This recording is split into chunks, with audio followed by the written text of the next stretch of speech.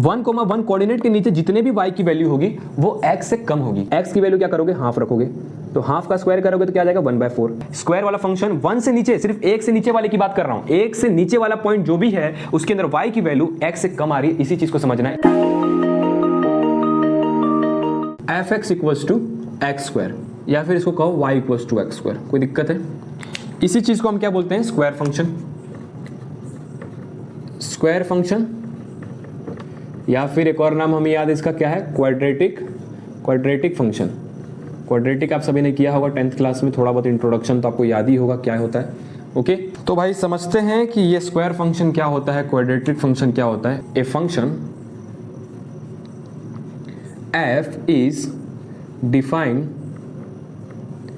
Bye fx equals to x square. A function f is defined by fx equals to x square is called square function.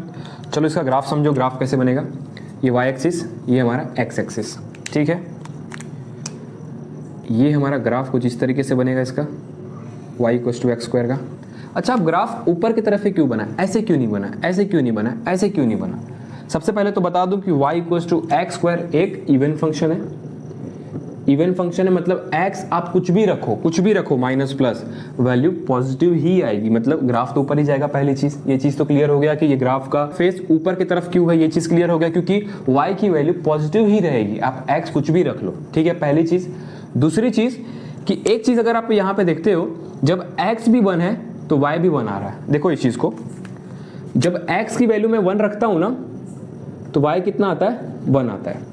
मतलब मान लो अगर ये मेरा point 1 1 है, suppose ये जो कोऑर्डिनेट है 1,1 है और ये इस साइड सिमेट्रिक होता है, ये भी 1,1 है। 1,1 कोऑर्डिनेट के नीचे जितने भी y की वैल्यू होगी वो x से कम होगी। कैसे, देखो इस पॉइंट से लेके इस पॉइंट तक का जो ग्राफ है इसका वो ज्यादा नीचे की तरफ बेंडेड है। क्यों है, समझो उस चीज को। सपोज मान लो कि y equals to x square हमारा ये ग्राफ है, ये ग्राफ का इक्वेशन यही है ना, y equals to x square, ठीक है। चलो ओके, मान लो कि x मैं हाफ रखता हूं, यहाँ पे x की वैल्यू क्या है, मान लो हाफ। x की वैल्यू क्या करोगे, हाफ रखोगे, तो हाफ का स्क्वायर करोगे तो क्या आ जाएगा 1/4। y कितना आया 0.25, ये बड़ा है ये छोटा है।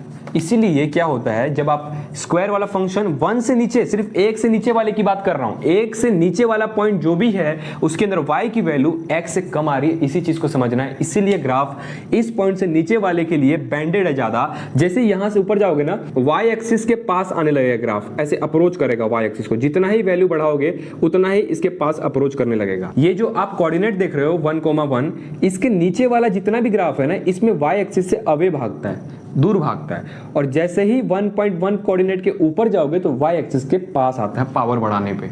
इसको नोट कर लो कि 1,1 कोऑर्डिनेट के नीचे जब ग्राफ बनता है स्क्वायर फंक्शन वाला या फिर x का पावर 6 जितना भी पावर बढ़ाओगे, ये चीज आप नोट कर लो कि 1,1 कोऑर्डिनेट के नीचे जो ग्राफ बनेगा इवन फंक्शन का वो क्या बनेगा, y एक्सिस से टुवर्ड्स भागेगा जितना ही पावर बढ़ाओगे।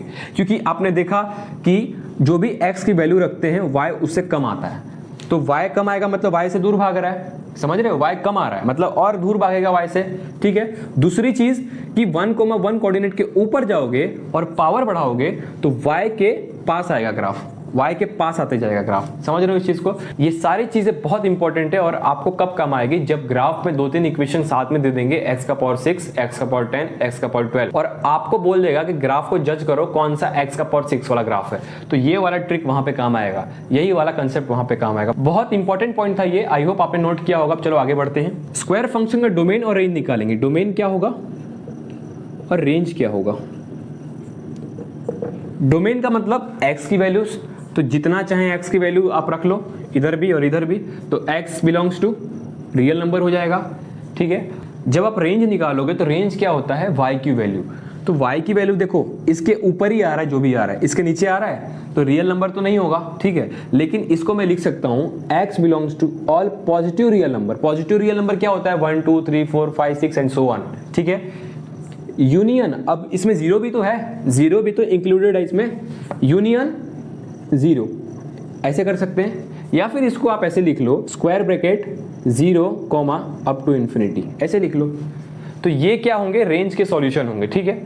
डोमेन रेंज आपने निकाल लिया इस फंक्शन का, ग्राफ भी बनाना सीख लिया। अब चलो आगे बढ़ते हैं। नेक्स्ट फंक्शन है हमारा क्यूबिक फंक्शन, ऑड फंक्शन भी कहते हैं उसको, ठीक है।